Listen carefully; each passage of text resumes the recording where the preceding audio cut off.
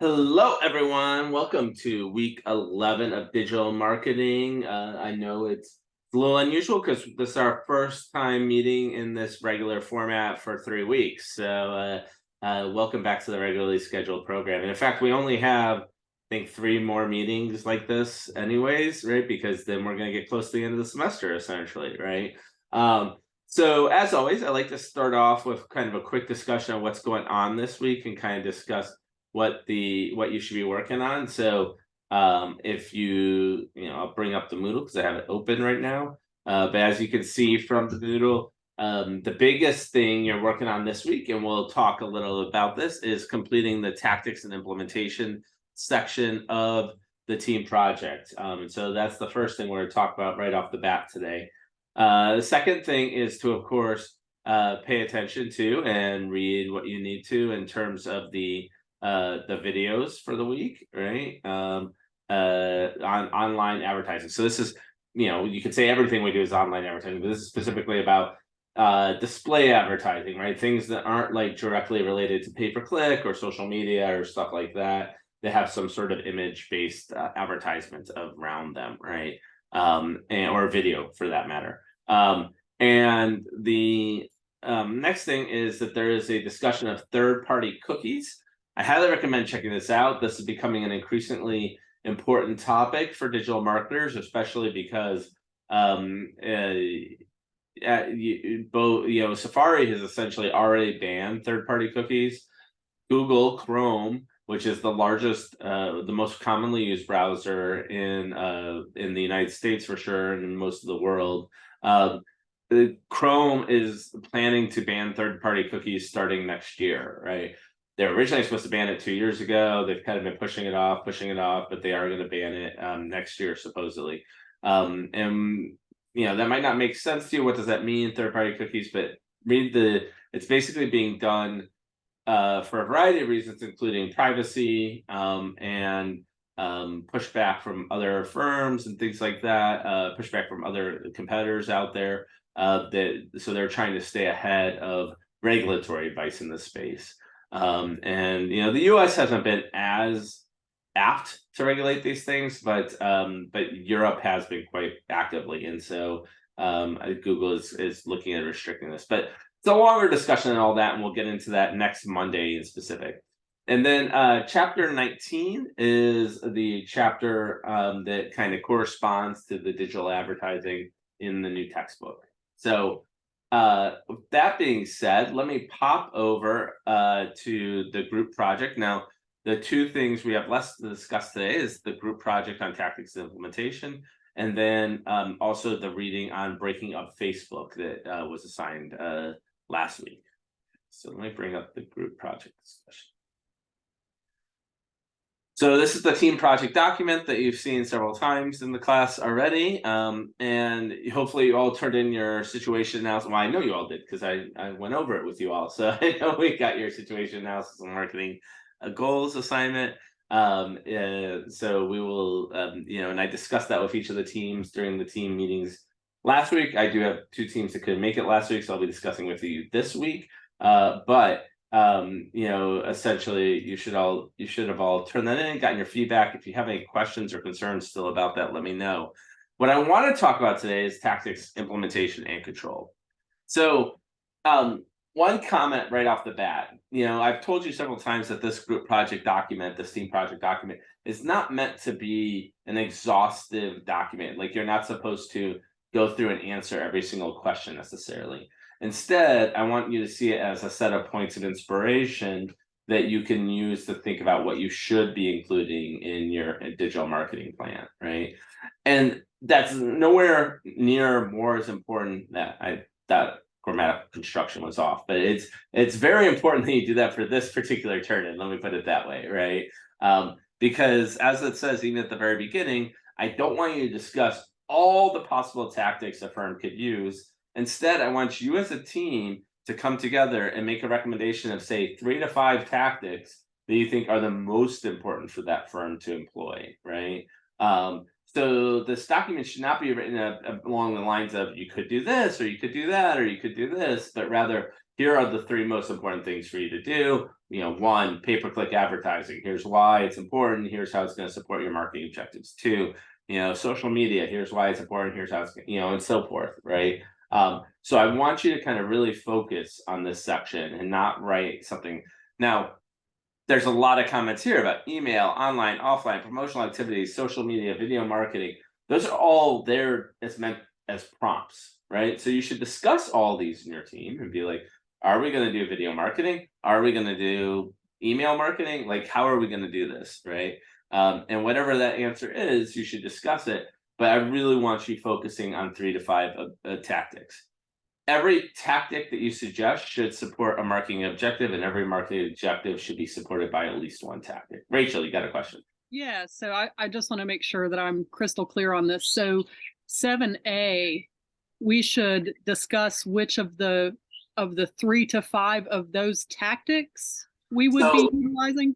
Everything from 7A to 7F is what I'm talking about when I talk about this. Okay.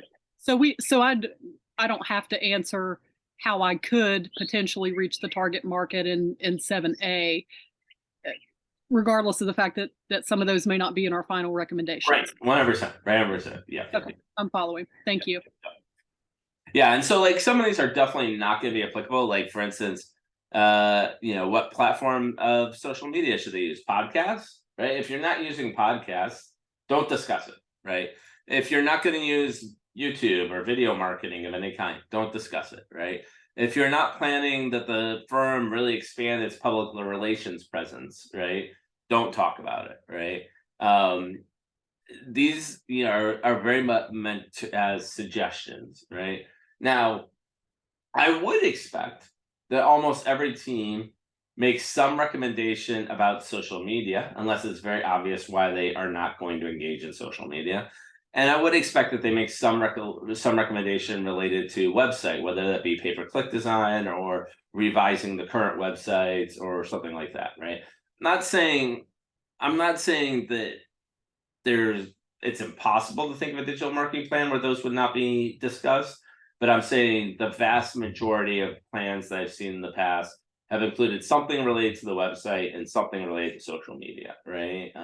And so I think it would be conspicuous by its absence if neither of those two topics were talked about, right? But that's not a hard requirement still. It's just a comment on the way the way the plans tend to work out. Any questions about that? Yeah, Rachel. Yeah, so I have one other question specific to our project. I think there's lots of different opportunities that we could help our company because they're a startup and they're acting like a startup. But I think for purposes of what would give them the most bang for their buck, I'm thinking that we really just need to focus on a couple of things that would increase their conversion rate of online purchases. But I want to make sure that we don't that we're not inadvertently leaving out some other tactics that you'd like to see us also manage. I mean, by default, that's going to impact email, social media, website design. Yeah. But we were just going to keep it really focused and give them some KPIs that, hey, you can look at this in 6 months from now. You can tell whether or not these efforts translate into increased sales online. That sounds fantastic, right? Okay. Just make sure that whatever tactics you suggest coincide well with the marketing objectives that you laid out in the previous section. And if that means you need to go back and revise the marketing objectives, 100%, that's fine, right? But that's really the goal. The one thing I think they're pretty well aligned at a glance. So I think we're on the right. Okay, good. One comment I would make, Rachel, and I couldn't quite tell where you were going with that comment, whether you meant like all we're going to do is give them pay-per-click ads, for instance, right? And that's it, right? I would not put all your emphasis on one basket, right, or one tactic. I can understand having kind of a big overarching objective that has multiple tactics to support it, like increasing conversion rates, right? That's perfectly okay. But much like any kind of project where there's a bunch of uncertainty, right? Placing too much emphasis on just one channel can be deleterious, right? So you kind of want to do a little bit of portfolio management, maybe is a way I like to think about it. In fact, I used to have a reading that specifically described it that way. Maybe I should dig it up again, right? That if you're interested in conversion maximization, right, don't just trust that your Google pay-per-click campaign is the best way to go, right? Because Google could change its algorithm and you're screwed, right? Don't just trust your Facebook campaign is the way to go because Facebook could change its algorithm and you're screwed, right? Like, so trying to make sure you have a diverse set of sources resulting in those conversions is important, right? I'm always open to counter arguments, but in my opinion, you usually need to have multiple tactics supporting your goals. Yeah. No, that fully aligns with what we were planning on doing. Okay. It also answers my question too about some of the suggestions in 7A in particular that either the company is already doing well and I don't think we need to address, or it's not really relevant for the goal that they have repeatedly told us that they want. They want some systematic way of increasing conversions and they don't have a mechanism for that presently. Sounds great. Yeah, that's perfectly okay. Yeah. Yeah. So this whole document in general, I don't really, how can I put this? There are certain like big concepts that I think are needed in every digital marketing plan. And I do my best to point those out as we talk through it. But in general, I just want to see your best digital marketing plan that you can come up with, not necessarily your best responses to every single question in this document, right? If that makes sense. Any other questions about tactics? Thanks, Rachel. That was great. That was a great discussion. Yeah, thank you. Okay, let me talk a little bit about the next step, the next kind of section, which is implementation control. And really, this is almost well, you need to have at least two distinct parts describing this. Let's put it that way, right? And they can be one paragraph each. They're not a big sections, right? But I expect that the meat of this assignment will be in the tactics section, not the implementation control section, right? But implementation, I want to have a general sense of who you're recommending implement what you suggest in the tactics, right? And if that be that the owners themselves are going to do it, that's fine, but just discuss that and discuss, and one thing you can do to help them out in that space is talk about how many hours they should be doing for each of the different tactics, as a rough guideline. Obviously you're not going to have a perfect answer, but give them a rough guideline for it, right? Or are they going to hire an intern, right? Or are they going to have a work with an outside agency, right? Whatever it is, and this is your recommendations to the firm, right? I want you to describe that a little bit so they have an idea of how they're going to implement it once you all walk away from the project, essentially, right? And then control is essentially saying, how are you going to, what are you going to do if the goals that you've set up are not being met, right? So if your KPIs show that you're off target on your email campaign, does that mean you should spend more money on the email campaign, or does that mean you should double down on Facebook, right? And as I mentioned in several of the meetings, control could be pages by itself, right? Planning out all the contingencies. But that's not really the goal of this control section. The goal of this control section is to build credibility with the reader, with the company, and make them realize that you've at least thought that your plan might not be the perfect solution, right? That you're acknowledging that things might go forward and things might be different than what you're expecting. And I find that often when you do that, when you're working with a company and pitching them on digital marketing, that's something that often helps them buy into the fact that you know what you're talking about, essentially, right? Again, a paragraph that basically, a simplest paragraph would be, our first objective, which is conversion via email campaigns, is the most important. And so therefore, if other campaigns just don't seem to be succeeding, those resources or time should be redevoted to the email campaign, right? That's an example, a simple example of control, right, that you could do.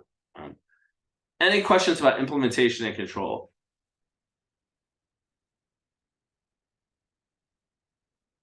Okay. I do want to mention briefly before we move on to the other parts of the class that Obviously, we have your analytics assignments. Thank you all for doing them. And we will be grading them this week. We will try and get those grades back to you as soon as possible by the end of within a week. Basically, is always our goal, right? So sometime next week you'll see your analytics assignments as well. Okay. Any other questions about any of the assignments for the class, the turn-ins or anything like that? We will be discussing after we get through this week. So starting next week, we'll be talking a little bit about final project presentations. I've kind of already discussed that with several of you in your small group meetings, but I'll be discussing them in the sync section as well. So you have some ideas about that. The creative turn-in that you have to do at the end, the final project turn-in, and the peer evaluation. We'll be discussing those over the next couple of weeks. I do have one other question for you, just to make sure we're clear. Our first the thing we did prior to the situational analysis was a lot shorter, and the situation or environmental analysis was a pretty significant number of pages. What are you looking for in terms of pages for this April 2nd project? Probably closer to the second one than the first one, right? So and it's weighted that way, right? This is a 60-point turn-in. It's the same as the first, as the situation analysis, right? As opposed to the project introduction, which is a 30-point turn-in, right? Now, again, I'm not concerned with absolute page numbers, right? Just make sure that you cover. Let's put it this way: make sure that that the tactics are covered in significant detail, that someone can kind of take the document and run with it. Right now, it may be that they need the creative content that you're going to provide at the final end as well to kind of help them out with it, and that's fine. That's not part of this turn-in. That's part of the final turn-in. But I want to see the 3 to 5 tactics explained well, right? That's the number one thing I'm looking for. And then the 2 and 3 are the implementation section, the control section, essentially, right? So if I'm understanding correctly, this would largely be our final product minus perhaps some examples, right? Yep. Yeah, exactly. And well, I mean, you're of course welcome to edit it based upon the feedback you'll receive probably around April 10th or so. I'll be getting you feedback on it, right? And our final presentations, as I mentioned to several people, trying to pull it up here, will probably be going from April 26th to like May 2nd ish, right? So you'll be working on your final, and I think I've mentioned this to several people already, but I think the original due date for all things was April 30th. But because I have some conflicts early on that week, that I won't be able to host presentations early on that week, I'm probably going to move the due date to at least May 2nd, if not later. So I'll give it as soon as I get a chance and get 10 minutes to kind of revise everything. I will double check and send out an email about that, but I'm pretty confident that we're at least going to be moving back to May 2nd for that deadline. Any other questions, concerns about any of the assignments in the class?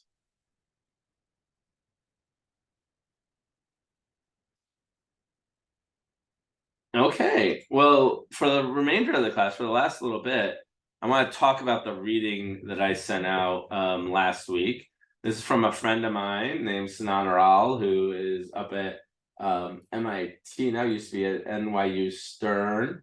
And he wrote this piece for HBR that's basically about why breaking up Facebook won't fix social media. By the way, if any of you are really interested in this topic, I will put it into the chat. But Sinan has a book on this topic. Let me get it, called The Hype Cycle, if I remember correctly. And I'll drop the name of it. I'll drop it into the chat. The Hype Machine. Sorry, The Hype Machine. That's weird. I'm not getting the link. I'm getting a podcast about it. Hold on a second. Let me try to find the actual book for y'all. That is really interesting about social media. So here it is. Where'd the chat go? There it is. So if you're interested in this topic, I really do like this book quite a bit. He does a good job of describing how social media is changing our world in not for always the good ways, right? Anyways, this book, this paper in particular, this HBR piece he wrote, was in response to several of the congressional hearings that have happened around Facebook, and a lot of conversations that basically said that we need to break up Facebook, right, in order to make social media work well again, right? And it's interesting now we're again hearing calls for banning of certain social media platforms, including TikTok, especially right now, right? In that case, I think it's not necessarily about monopoly interests. It's this concern that it might be used by the Chinese to spy on us, right? But still, there's always been and probably will continue to be for a while the foreseeable future interest in regulating social media. And Sinan has a couple of questions in this space, and the first one is generally like, why do social networks tip toward monopoly power? So why are you more likely to have a network with monopoly power? Any thoughts?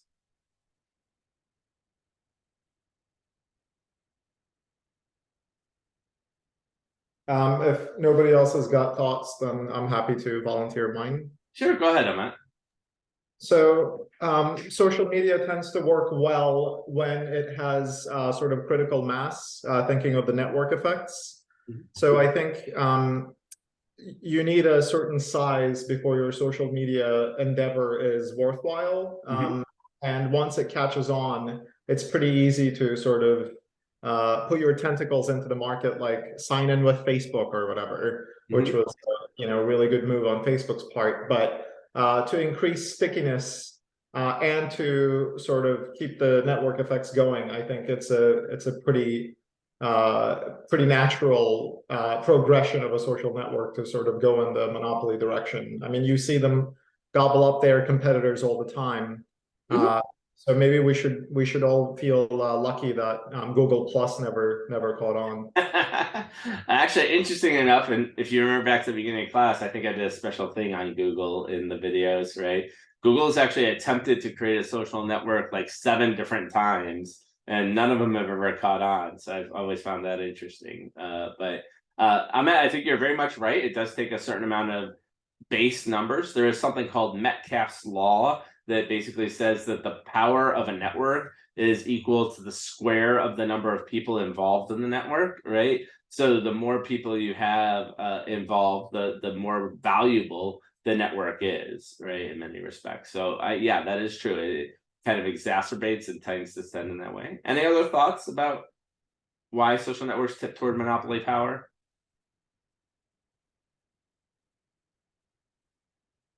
So Well, I go was ahead. going to say the part of the essence of the, I guess, the business of social media is I would presume the advertising power.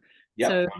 So the greater the number of followers or members of that platform, the greater marketing leverage you have, and the greater marketing leverage you have, the more capital you have to buy, say, Instagram, as Facebook has done, and then it snowballs. And with that level of power at that rate of speed, I don't know, it'd be really tough for a competitor to pick up on that velocity of capturing that revenue.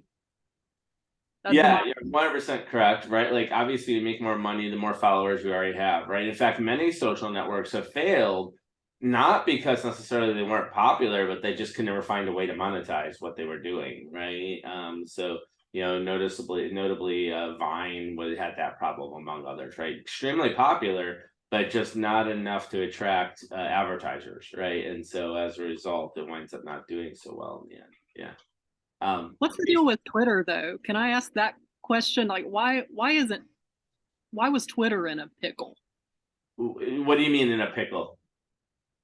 Well, like financially, what So it's not, am I just misunderstanding and they weren't? I not thought clear they were in that a it negative. ever was, right? Like it was never doing super well, right? Like it was never like exploding in growth anymore, right? Before Elon Musk bought it, right?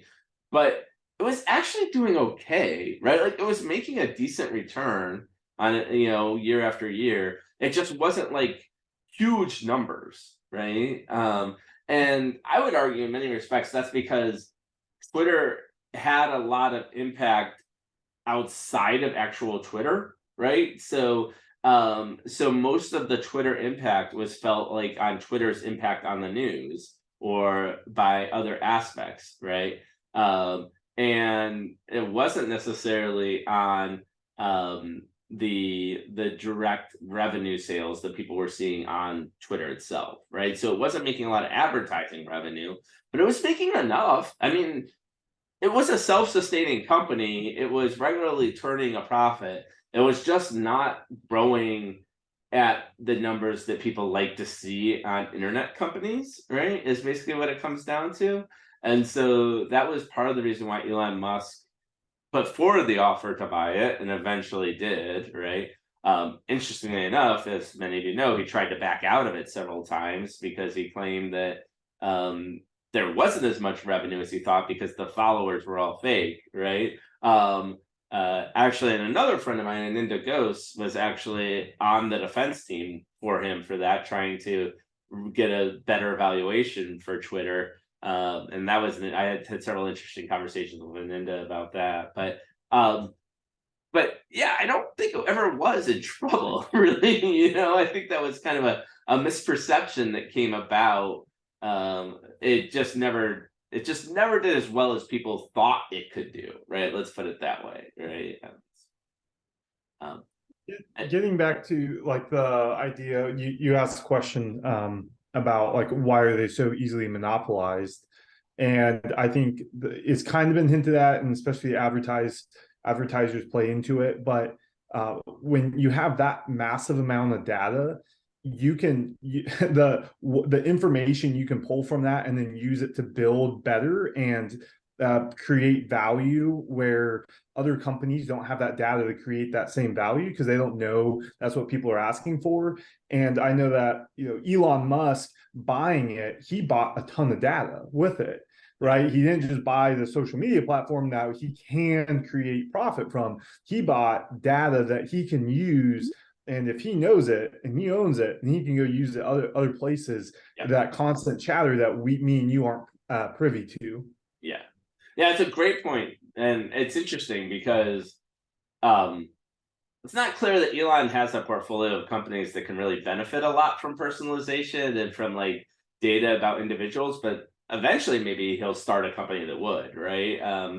Because the reason why I say that is because most of his companies, Tesla is probably the most consumer facing company he owns, right? Besides Twitter, right? Before Twitter, right? And Tesla you make a Tesla purchase once every 5 years at the most frequent, right? And so it's not clear how data on the level of which he has is useful, but who knows? Maybe he has something else he's cooking up that will take advantage of that data. And I totally agree with you that, and Rachel says maybe he'll get into healthcare with all that data, right? Which, scarily enough, I don't know if I should be scared or maybe they can do it better, but I don't know how many people have seen what Amazon is doing with healthcare recently, but they're using all that to kind of Amazon's now launching a big healthcare push in that space precisely because they have all this data, right? And they can use it to a large extent. So who knows? Maybe they'll save healthcare because it's definitely not, definitely not a perfect system right now. That's for sure. So we'll see how it goes. Well, even Dollar General has hired a chief medical officer. Oh, wow. Interesting. Healthcare it's going to be 10 years from now. It's going to be totally different than anything I think we've ever seen. Yeah. And Amazon will drive that as they did with the other stuff. Yeah. Yeah. Ahmad, I'm sorry, Ahmed. What do you have a comment? Yeah, I'm not really familiar with what Amazon's doing in the healthcare space. I know they were trying to get into supplying prescription drugs, but past that, I'm not really sure what's happening. Would you mind covering that real quick? So, Telemed, yeah, Rachel, do you want to talk about it? I know this is kind of your area. yeah. So they're starting with telemedicine, and uh, well, I'll make it really short. That is the very short term thing that they're doing is telemedicine. But if you pay attention to what Amazon has done in other areas, like with Amazon, was it Fresh, the grocery delivery service? Well, now they're piloting some in some brick and mortar stores, so they can capture all of this data about their demographics, right? And so they kind of know what people are going to purchase before they even know that they're going to purchase something. And same deal with healthcare info. You know, once they get access to that, and which data is the new oil.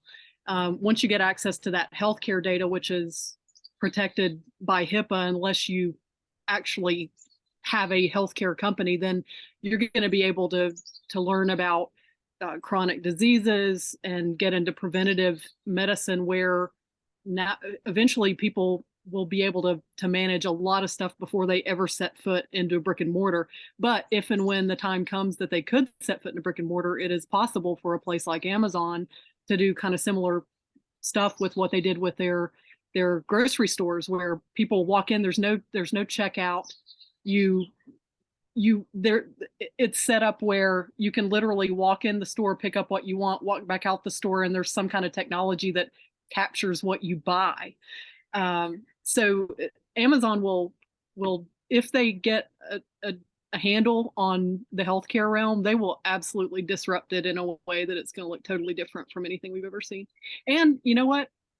I'm kind of glad that they're looking into it, because my 2 cents that nobody asked for, healthcare needs to be flipped upside down. Yeah, I mean, I agree. My wife is an oncology pharmacist, and the conversations I have with her on a regular basis, it's something needs to change. That's for sure. I'm not sure Amazon is the solution, but something out there needs to be different, right? Well, you know, if we're not going to have universal health care, we had talked about that. Well, maybe the innovation that is really core of the American way of doing things, you know, maybe we'll have just really radical disruptive innovation in the private market. I'm fine either way. I'm like, whatever, whichever, just do something and disrupt this thing, and let's all get access to healthcare. So, Yeah. okay, I'm done. Yeah. So I pasted a link in the chat I mean, this is kind of related to the topic we're talking about, because it's about why tech companies in general tend to towards monopoly power, right? So it's definitely in the same spirit. But Amazon Clinic is which they launched in November, is the telemedicine option that Rachel's talking about, where for a lot of the kind of common diseases, illnesses, right? They can basically help you via telemedicine, and like, for instance, getting Paxlovid, or for COVID-19 or COVID-19 tests, they can help out. They have a bunch of lists on there. There's one. I love the fact that COVID-19 and eyelashes are on the same list on the list I looked at, like that they help out with. But and then I posted another link because just a couple of days ago, they actually bought this company called One Medical that I don't know too much about, but apparently gives them access to another healthcare delivery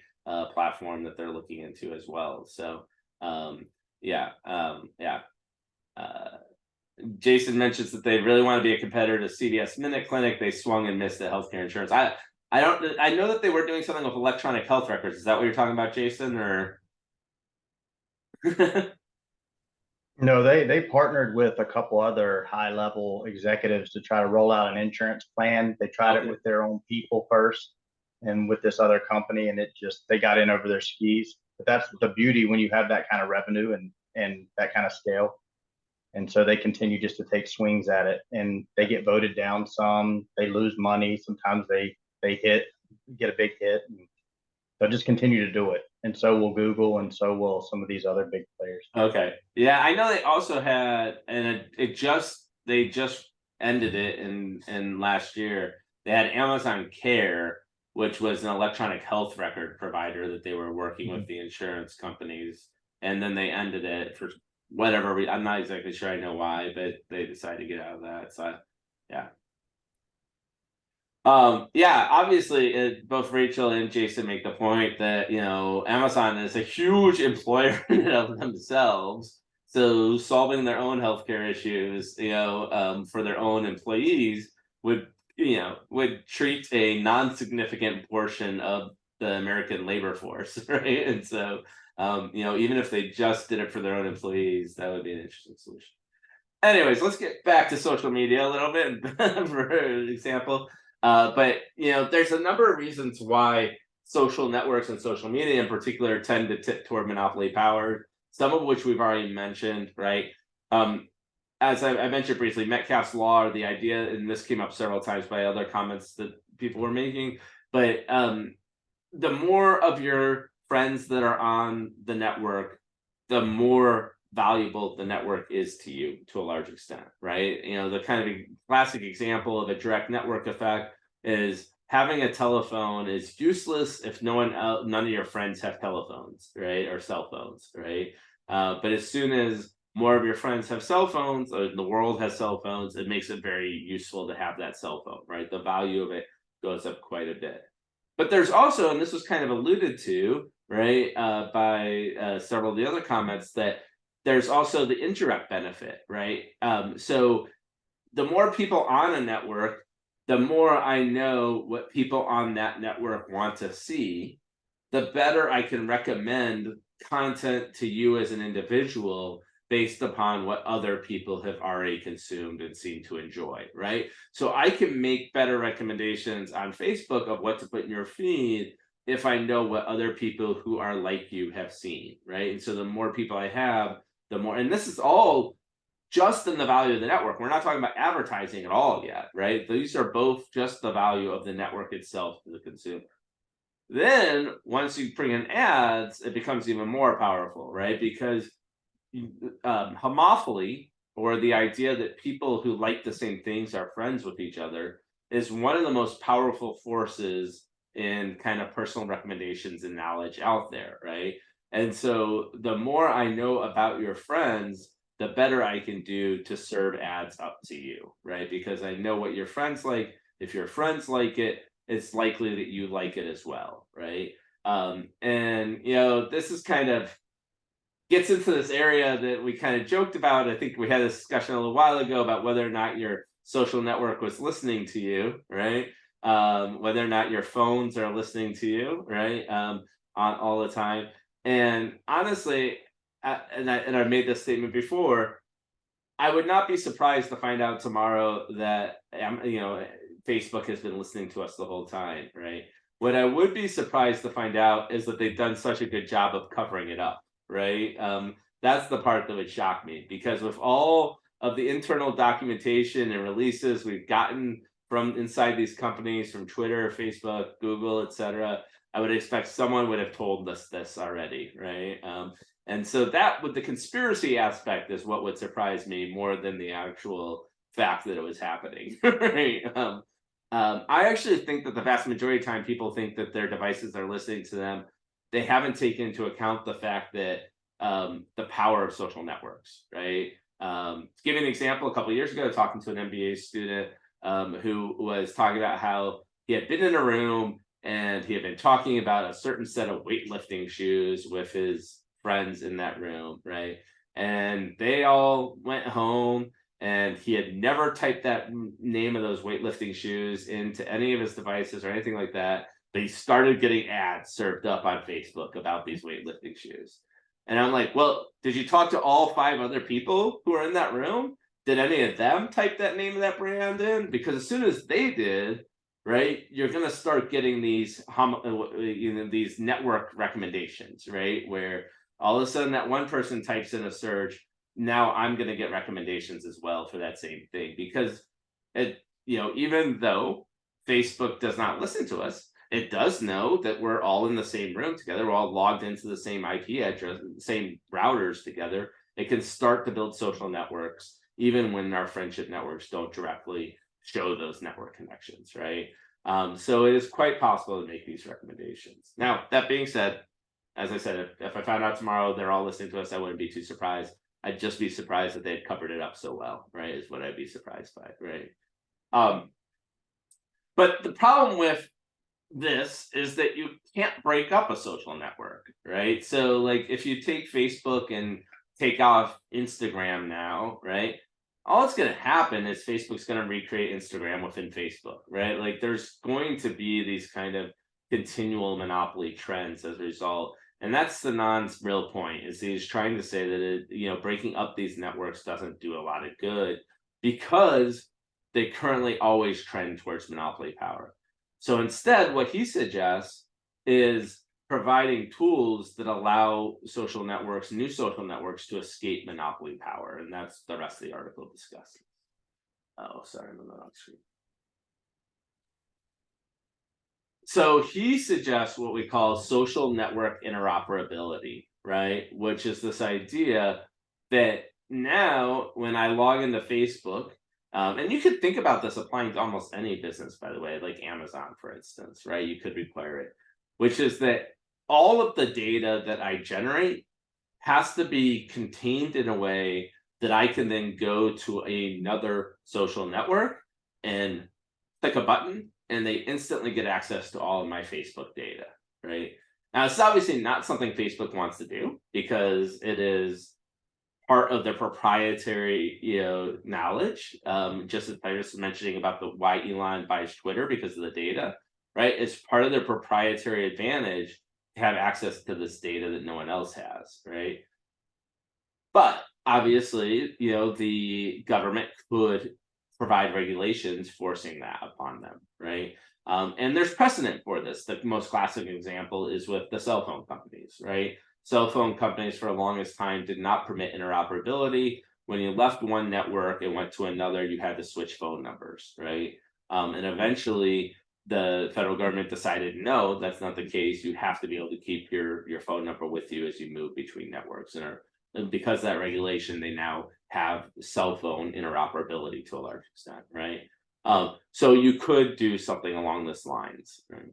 Any thoughts about that? Is that if let's say tomorrow, the FTC somehow rules and the Supreme Court doesn't overturn it, that all Facebook, all networks have to be interoperable, would you do that? Would people leave Facebook and go to Glitterin, this new one that's kind of discussed as a joke here, right? Or would you leave Twitter and go someplace else, or Instagram and go someplace else? I'm curious as to what interoperability would look like in the first place with this, because it's like, I understand maybe all the feeds collide and go together. I'm not sure, but that's the one thing other than like login information, right? That's the one thing I can't really seem to wrap my head around. So I think that the general idea is that at the very least, it would contain some basic information about you, right? Like, some descriptive characteristics that you would have in a normal profile setting, right? And the friendship connections that you had, right? In some way that they could then recreate those friendships on other platforms, right? Now, the question is, does it also include, for instance, all your activity that you've ever done in the past on that network and like all the content you posted? That I think is less certain, right? But what Sinan is proposing is at least basic profile information plus your network information, right? So the idea is that as a result, going to another network would be as easy as switching your phone number to another cell phone service, right? You just they would do some sort of magic on their end in the cell phone store, and all of a sudden you have a completely populated account for your new cell phone, right, with the phone number and everything. But in this case, you take along all your friends and all your profile information, right, as well. I think that's at the basic what he's proposing, right? It's a question whether or not it includes other stuff, like what are your commercial ad preferences, for instance, right? Like seems like that would be a logical other thing to include, right? And so, ironically, that kind of gets into the third-party cookie discussion that we'll have next week, but I'll leave that for now. Right? Any other thoughts? Would people like to see interoperability, right? Are there reasons why it would not be used or reasons why it would be used?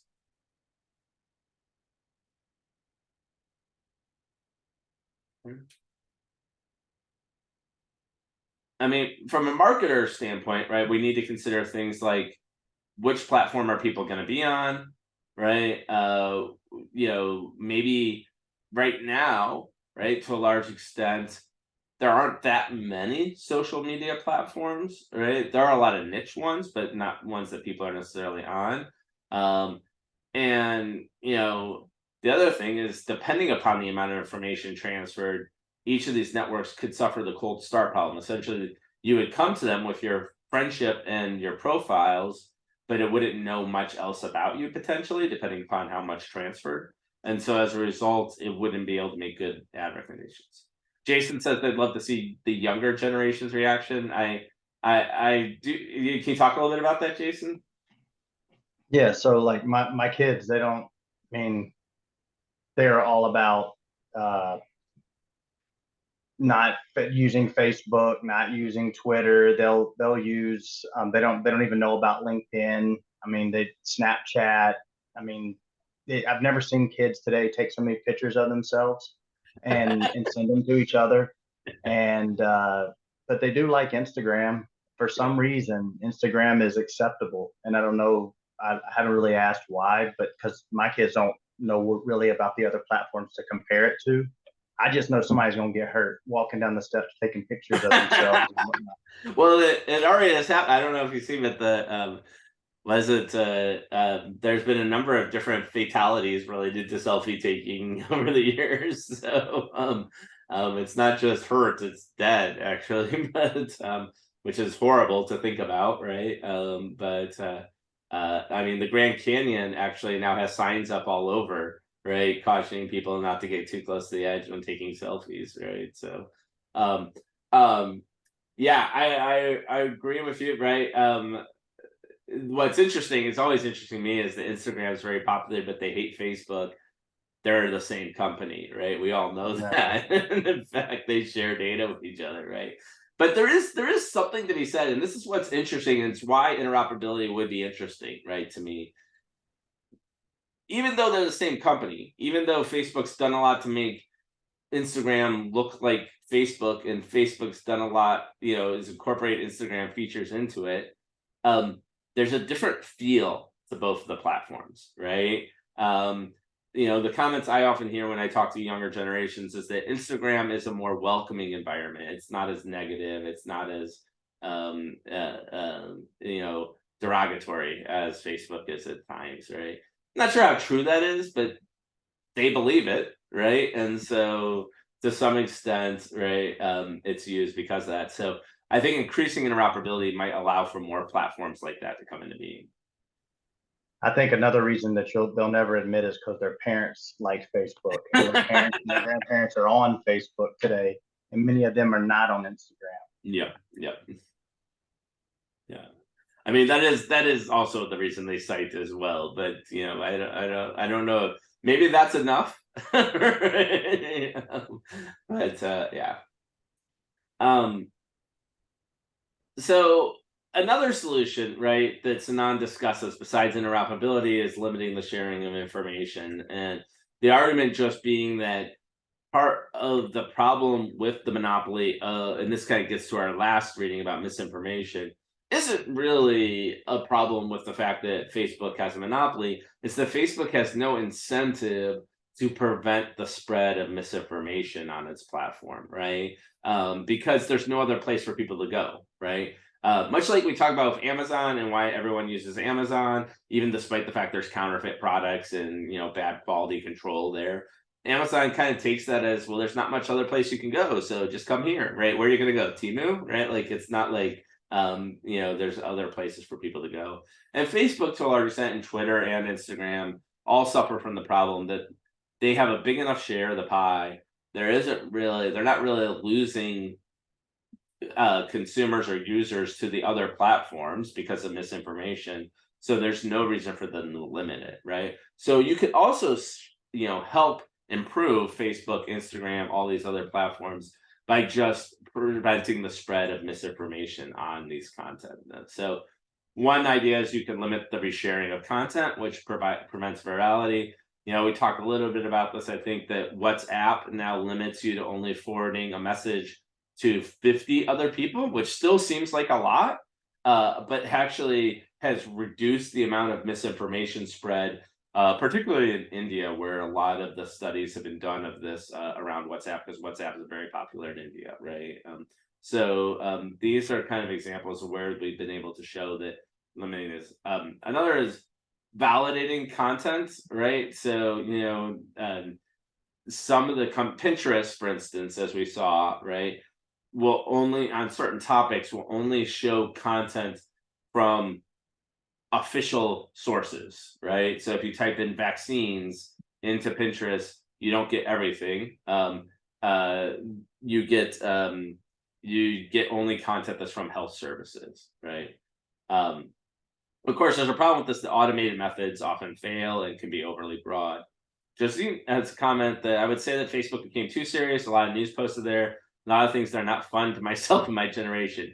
Instagram is a platform for self-expression, freedom, not serious, just moving the flow. I could see that for sure. That's definitely a case. That's my reaction as a heavy Instagram user. I can see that, right? Like and that kind of gets back to our previous comments, right?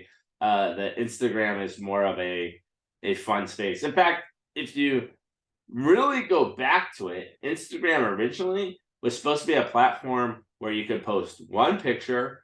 It would be in a square. There was no rectangulars. There's no videos, and that was all you could do. And it had a really interesting feel back then, right? It was very different, right? Because you couldn't post all this other content on it. I happened to be listening to an interview with Mr. Beast the other day, and he made the interesting point that this is, you know, and the guy's ridiculously young. I always forget that he's like in his 20s, right? That he made the point that there's never been a time before in social media when you could literally take the same short form video and have it go viral on like 5 different platforms, right? So like short form video content right now could go viral on Facebook, Instagram, TikTok, obviously. You could link to it on Twitter, and Twitter will now embed it directly into the feed, right? Like, so they're the platforms are starting to look a lot like each other, I guess is what I'm saying. And Justine, to your comment, right? Like people are, you know, Instagram is still trying to make itself look different in some way, right? Make itself feel a little bit. I'd be remiss if I didn't mention to you, and we've talked about this a little bit before, section 230. Hate to bring, you know, as fun as social media is, it's important to bring in the actual law at times. So section 230 of the Communications Decency Act specifically says that any content you publish online is the company that provides that content cannot be sued for it, right? Now, section 230 was written back in the 1990s, right? It was written to prevent people from like uploading say illegal images onto a site and then claiming the site should be taken down because it had illegal images on it, right? Or something like that, essentially, right? So and there was too much concern that no internet company would actually work if they were constantly being sued because someone else thought the content that was being provided was offensive, illegal, slanderous, whatever, right? So essentially, Section 230 provides a liability shield for the social media companies, right? Now, the argument is that's because they're tech companies and they're not media companies, and so they should be regulated as tech companies, not media companies. I think in today's world, we would argue that Twitter and Facebook are more media companies than they are tech companies. And so the regulations that should apply to them should be different, right? There's been a lot of discussion about Section 230. Obama even recently, about a year ago, gave a speech about how he thinks Section 230 could potentially be modified, right? And there's been some discussion about that. And there seems to be bipartisan support that it should be investigated, right? And discussed as to how it should be addressed and whether or not it should be modified. Now, whether or not in the current government we'll ever get enough people agreeing on the same side of the way it should be modified is an interesting question, right? we did see some individual states try and take their own stabs at it. So, for instance, Florida tried to pass a law that's being fought, and Texas did as well, that basically removes Section 230 protection from social media companies within their state boundaries. I'm not sure what that means, but because they don't exist within a state. But we'll see how this goes. I do want to always point out, I always feel like it's important to comment on the fact that despite all the concerns with social media, all the problems we've talked about today, I still think it's a powerful force for good. There are conversations that arise as a result of the existence of social media that would not exist and would be much quieter in the past, right? There are conversations about, for instance, the Black Lives Matters group, the Me Too movement, the Arab Spring, right? That I don't think would have existed if it weren't for the powers of social media, right? And so I do think it's always important to recognize that there is good that comes along the field that we were talking about today.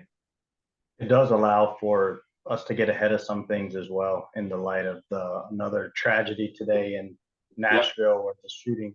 A lot of times they can very easily go back and understand some of the ways so we can change our society. Not doing a great job of getting ahead of it, but it does allow a glimpse of sometimes why. Yeah, for sure. You're talking about how the individuals involved might be making posts on there and kind of, so it helps us understand, like a lot of that kind of influence still existed 30 years ago, right? But we never knew what was happening because the content wasn't out there and available, right?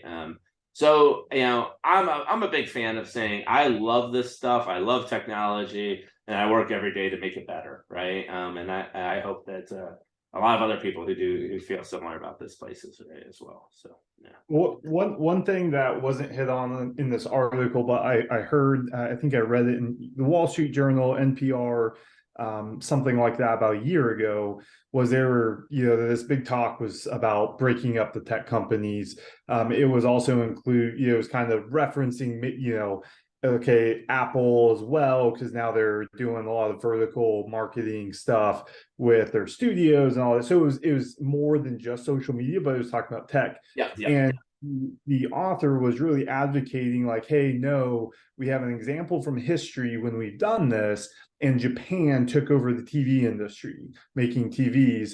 And they, he used this example of the TV industry became a monopoly here in like the 70s, 80s, somewhere around there. And then, they got broken up. Well, America lost all standing on that part, and Japan took it over. Yep. And so one thing he was warning of is like, hey, this data and this TikTok banning conversation wasn't as hot at the moment. Obviously, I was going to say that has some interesting implications, right? Yeah. But he was saying if we break them up, some other foreign organization can step in, or company, and then now they have our data. So it was an interesting, thing that I think is something to think about. Yeah, I agree with you. And that is the argument that, just to bring this completely around, right?